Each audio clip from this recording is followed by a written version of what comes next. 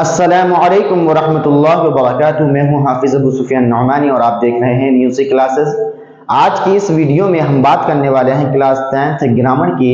جیسا کہ ہم نے کل بھی ایک ویڈیو بنایا تھا اور اس میں بھی ہم نے گرامر پڑھایا تھا۔ آپ لوگ اگر 10ویں کلاس میں ہیں یا پھر اپنے حالات زندگی کو دیکھتے ہوئے اپنی پڑھائی کو جاری رکھے ہوئے ہیں تو کوئی بات نہیں، آپ ہمارے اس چینل سے جڑیں اور جتنی بھی 10th کلاس کی پڑھائی ہے، چاہے وہ اردو کے حساب کا ہو یا گرامر ہو، میں تمام کی تمام پڑھائیاں کروا رہا ہوں۔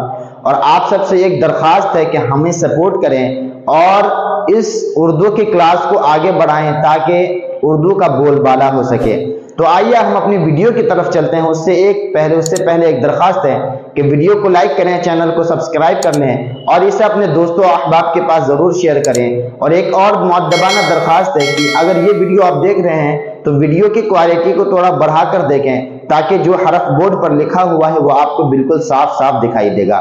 تو آج ہم اسم کا بیان پڑھنے والے ہیں، جیسا کہ ہم نے کل بھی یہی پڑھا تھا کلاس 10 اور قواعد، یعنی ہم نے قواعد پڑھا تھا، اردو گرامر جس کو بولتے ہیں۔ اور یہ سبق نمبر 2 ہے، کیا ہے؟ اسم کا بیان۔ اسم کے اندر بہت ساری چیزیں موجود ہے، بائی کیٹیگری بٹا ہوا ہے، یعنی درجہ بدرجہ آگے بڑھ رہا ہے۔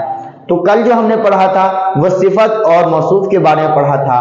آج ہم پڑھنے والے ہیں بناوٹ کے اعتبار سے کتنی قسموں میں اسم کو بانٹا گیا ہے۔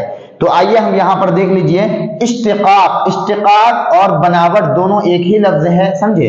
اشتقاق یا بناوٹ کے اعتبار سے اسم کو 3 قسموں میں، ہم نے یہاں پر بھی 3 لکھ دیا اور اردو میں بھی 3 لکھ دیا۔ اسم کو کتنی قسموں میں بانٹا گیا ہے؟ 3 قسموں میں بانٹا گیا ہے بناوٹ کے اعتبار سے۔ بناوٹ کس کو بولتے ہیں؟ بناوٹی جانتے ہیں نا، جو ہم لوگ بناوٹ یا دکھاوا کے لیے کرتے ہیں۔ تو یہاں پر دکھاوا کی بات نہیں، یہاں پر ہم لکھنے والی بات کر رہے ہیں۔ تو یہاں پر کیا ہوگا؟ بناوٹ یعنی بنانے کے اعتبار سے۔ اب دیکھیے یہاں پر سب سے پہلا میں کیا ہے؟ جامد۔ سب سے پہلا جامد، دوسرا ہے مصدر اور تیسرا کیا ہے؟ مشتق۔ یہ 3 ایسے کیٹیگری ہے جس کو کیا کیا بناوٹ کے اعتبار سے تینوں میں بانٹا گیا ہے۔ سمجھ میں آ رہی بات؟ تینوں میں کیا کیا ہے؟ بانٹا گیا ہے۔ آگے دیکھیے جامد کیا ہے، ہم نے یہاں پر ایک کوشچن بنایا ہے، جامد کیا ہے؟ آگے یہاں پر کیا لکھا ہوا ہے؟ جامد وہ اسم ہے جو کسی نہ کسی کلمہ سے نکلا ہو اور نہ اس سے کوئی کلمہ نکلے۔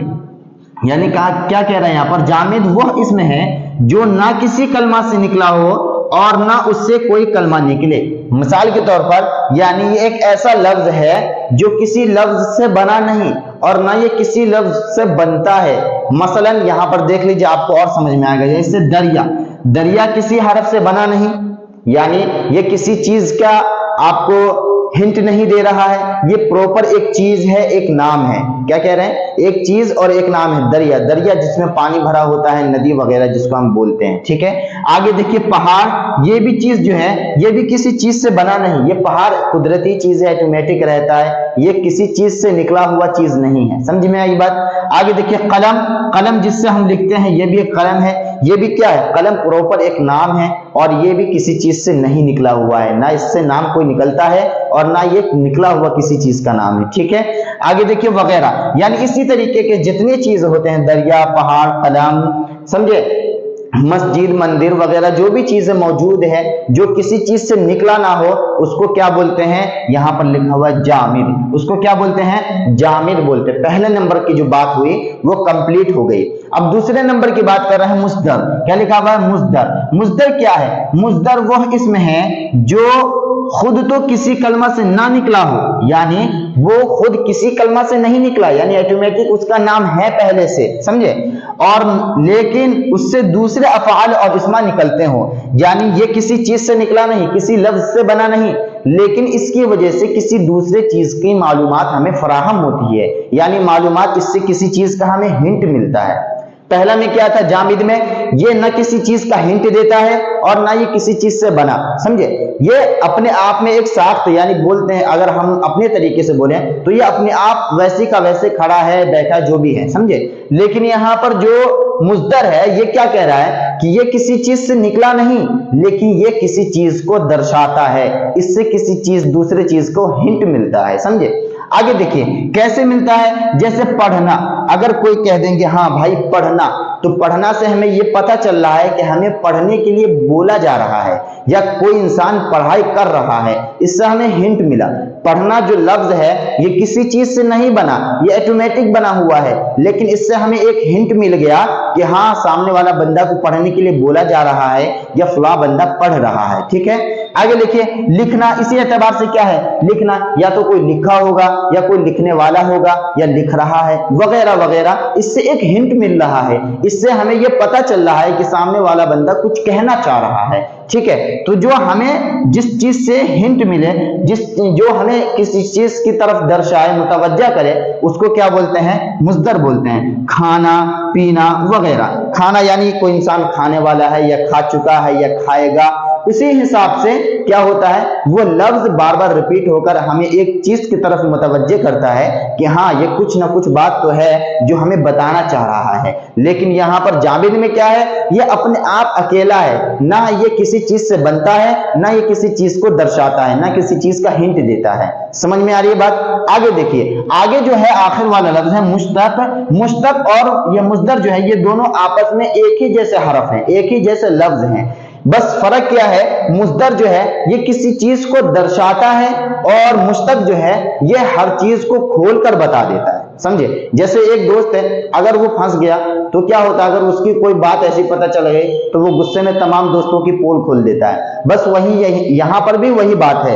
क्या कह रहा है, मुस्दर ने सिर्फ एक हिंट दिया, समझे, एक सिर्फ इशारा दिया, लेकिन मुश्तक ने क्या किया, सारी की सारी चीजों को खोल के रख दिया। आगे देखिए यहां पर क्या कह रहा है, मुश्तक वह इसम है जो मुस्दर से बना हो, यानी मुस्दर और मुश्तक दोनों में आपस में बहुत गहरा रिलेशन है। ठीक है, इसी तरीके से अब इसका जो मिसाल है, यानी इसको कैसे हम एग्जांपल देखेंगे, देखिए जैसे पढ़ना, पढ़ना तो एक ये हो गया कि हाँ भाई कोई पढ़ने के लिए बोल रहा है, समझे, ये एक हिंट हो गया।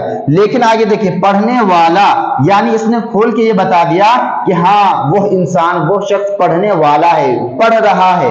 तो पढ़ने था पहले, लेकिन उससे आगे क्या हो गया, पढ़ने वाला, यानी पूरा पूरा प्रॉपर तरीके से बता दिया।